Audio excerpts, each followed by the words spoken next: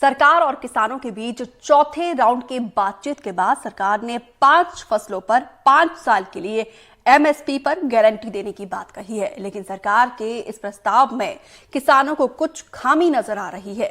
क्या 21 तारीख को ये आंदोलन खत्म होगा? देखिए रवीश रंजन शुक्ला की ग्राउंड रिपोर्ट।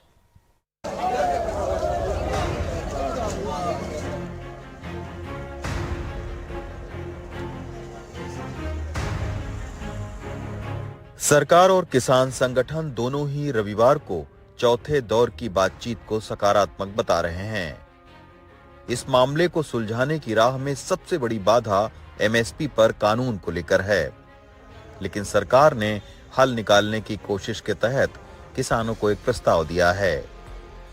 इसके मुताबिक मक्का, मसूर, अरहर, उड़द और कपास की फसल को एमएसपी पर 5 साल तक खरीदा जाएगा। एनसीसीएफ और नेफेड जैसी संस्थाएं किसानों के साथ करार करेंगी। खरीद की कोई सीमा नहीं होगी और जल्द ही एक पोर्टल तैयार होगा। बहुत ही अच्छे वातावरण में एक सकारात्मक चर्चा, बहुत ही एक innovative out of the box idea पे चर्चा की है। जो किसान अपना क्रॉप डाइवर्सिफाई करके या तो तूर दाल बनाए, उड़द दाल बनाए, मसूर की दाल बनाए या मक्का बनाए, उनको 5 साल के लिए एक कॉन्ट्रैक्ट करके एनसीसीएफ और नेफेड एमएसपी पर खरीदेगी। कोई क्वांटिटी की लिमिट नहीं होगी। हम नहीं चाहते किसी तरह का भी कन्फ्लिक्ट खड़ा करें। हम यहाँ पर बैठे हैं, सरकार हमें अगर ईमानदार है, देश के किसान को भी अपना नागरिक मानती है, अपना सिटीजन मानती है, तो सरकार ये कम से कम करे कि भाई अब समय है, एमएसपी की गारंटी का कानून देना है वो दे।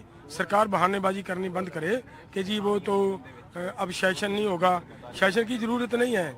ये कैबिनेट की बैठक बुलाकर वहीं पे एक ऑर्डिनेंस जारी कर सकती है। सरकार इस वक्त फसलों के विविधीकरण यानी डाइवर्सिफिकेशन पर ज्यादा जोर दे रही है। सरकार का ये मानना है कि परंपरागत फसलें मसलन धान, गेहूं और गन्ना को उगाने में किसानों को ज्यादा पानी और उर्वरक का इस्तेमाल करना पड़ता है, जिससे खेती की लागत भी बढ़ती है।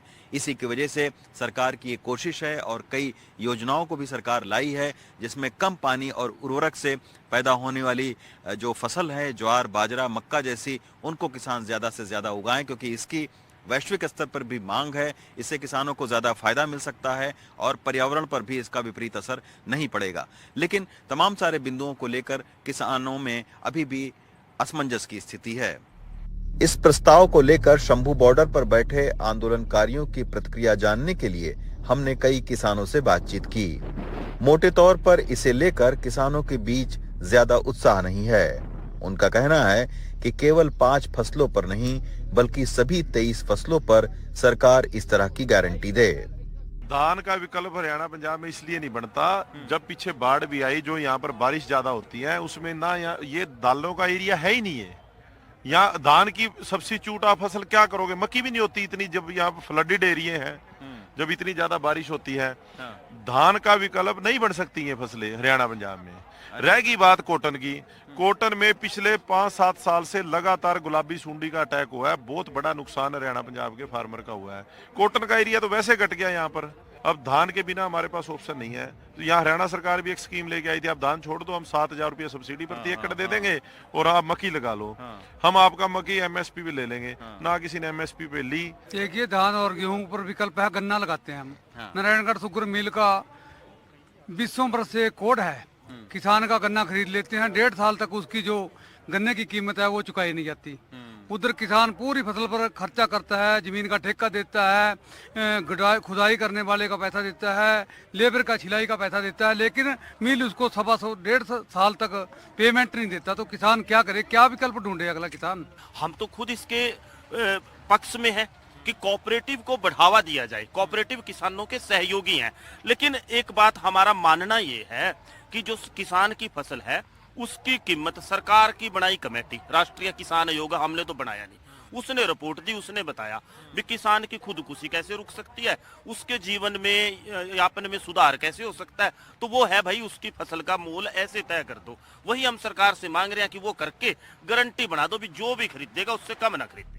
फिलहाल शंभू बॉर्डर पर शांति है। एक तरफ आंदोलनकारी बैठे हैं तो दूसरी तरफ उनको रोकने के लिए पुलिस। किसान संगठन सरकार के इस प्रस्ताव पर आपस में विचार विमर्श कर रहे हैं। 21 तारीख को वो अपना रुख बताएंगे। फिलहाल किसान और सरकार दोनों चाहते हैं कि ये मामला शांति से निपट जाए।